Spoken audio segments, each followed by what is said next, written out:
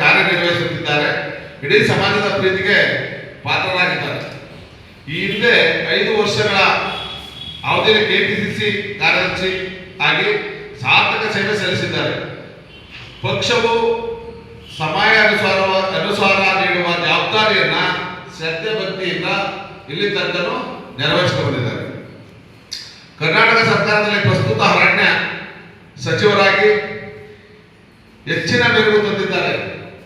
ಆ ಒಂದು ಹುದ್ದೆಗೆ ಹೆಚ್ಚಿನ ಮೆರುಗನ್ನ ನಮ್ಮ ಈಶ್ವರ್ ಖಂಡ್ರೆ ಸಾಹೇಬರು ತಂದಿದ್ದಾರೆ.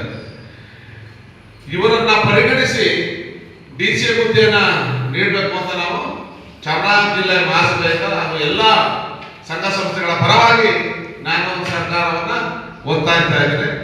ವಿರೋಧ ಚುನಾವಣೆಗಳಲ್ಲಿ ಸಕ್ರಿಯವಾಗಿ ಪಾಲ್ಗೊಂಡು ಸರ್ಕಾರ ರಚನೆಯಲ್ಲಿ ಈ ಆಯ್ಕೆಯಲ್ಲಿ ಸಮಾಜದ ಬಾಂಧವರು